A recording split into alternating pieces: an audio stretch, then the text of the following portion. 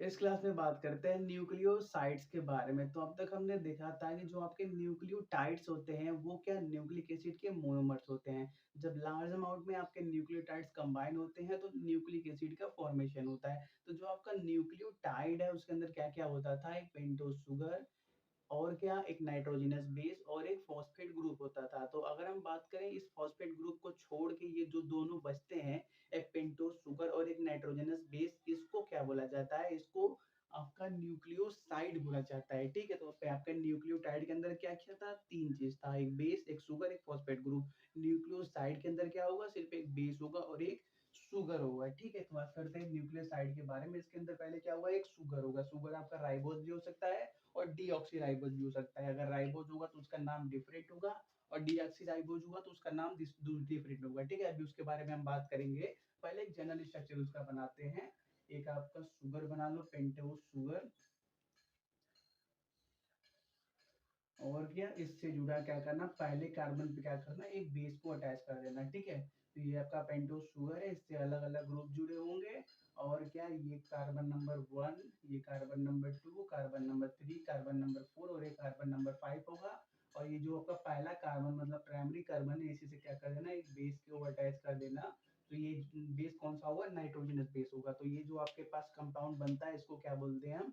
Nucleoside बोलते हैं। ठीक है, और वहीं पे अगर यहाँ पे पांचवें कार्बन के साथ एक फॉस्फेट ग्रुप भी जुड़ जाता था, इसको क्या हम बोल देते? न्यूक्लियोटाइड बोल देते। ठीक है, तो यही है न्यूक्लियोसाइड का स्ट्रक्चर, इसको नोट करो। बात करते हैं इसके टाइप्स के बारे में।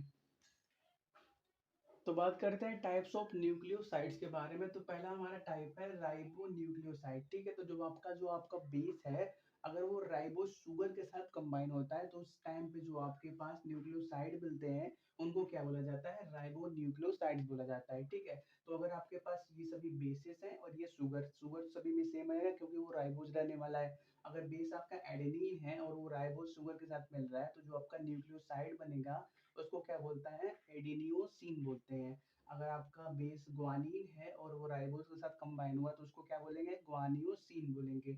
अगर साइटोसिन राइबोज के साथ कंबाइन हुआ तो उसको साइटोसिन। यूरेसिल राइबोज के साथ कंबाइन हुआ तो उसको क्या बोलेंगे? यूरिडीन बोलेंगे। ठीक है, इनको नोट करो। बात करते हैं नेक्स्ट टाइप के बारे में।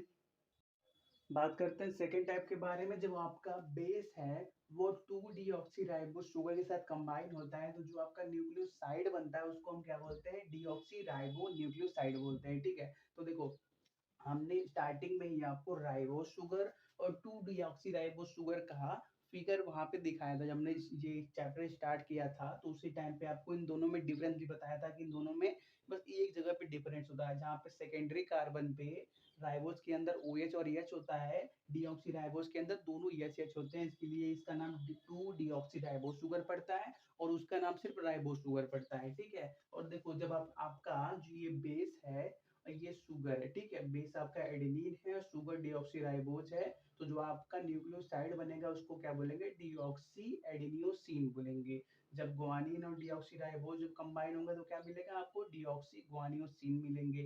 जब साइटोसिन और डीऑक्सीराइबोज कंबाइन होंगे तो डीऑक्सी साइटोसिन मिलेंगे। जब यूरेसिल और डीऑक्सीराइबोज कंबाइन होंगे तो आपको क्या मिलेगा? डीऑक्सी यूरेटीन मिलेगा। ठीक है, इनको नोट करो।